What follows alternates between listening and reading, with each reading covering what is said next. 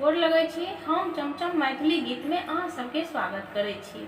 आइ हम दूटा सामा के गीत एके साथ कहै छी। अहाँ सब गोटा मिलकर देखब और सुनब और हमर गीत यदि नीक लागे तो हमर चैनल के सब्सक्राइब, वीडियो के लाइक जरूर कर देबै।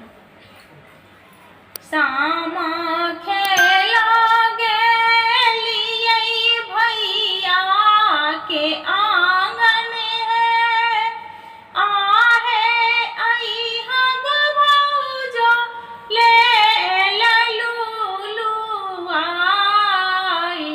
नाना दी कहाँ आओल हे,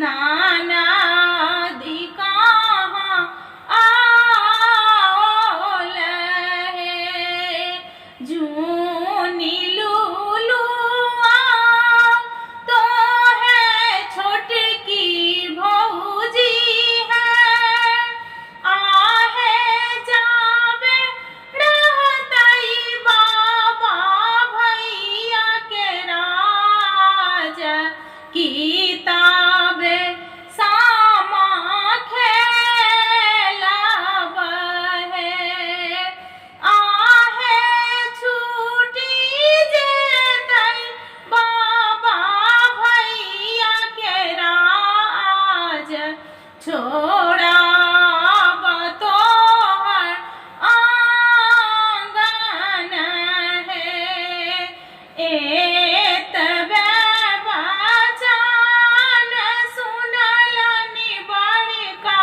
भैया है, आहे छोटका भैया है, भैया मारिलानी